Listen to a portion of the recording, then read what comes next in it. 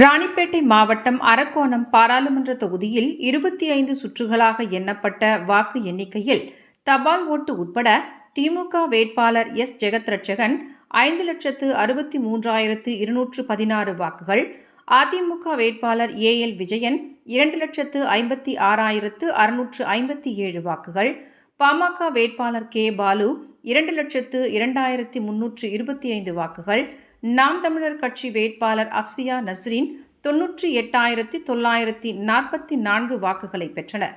இதில் திமுக வேட்பாளர் எஸ். ஜெகத்ரட்சகன் 3,06,559 வாக்குகள் வித்தியாசத்தில் வெற்றி பெற்றதாக அதிகாரப்பூர்வமாக அறிவிக்கப்பட்டது. அதற்கான சான்றிதழை மாவட்ட தேர்தல் நடத்தும் அலுவலரான வளர்மதி அவர்கள் அரக்கோணம் பாராளுமன்ற தேர்தலில் வெற்றி பெற்றதற்கான சான்றிதழை எஸ். ஜெகத்ரட்சகனிடம் வழங்கினார்.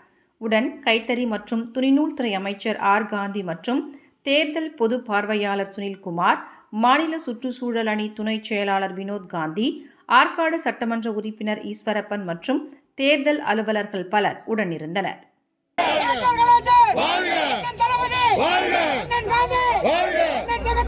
வாழ்க!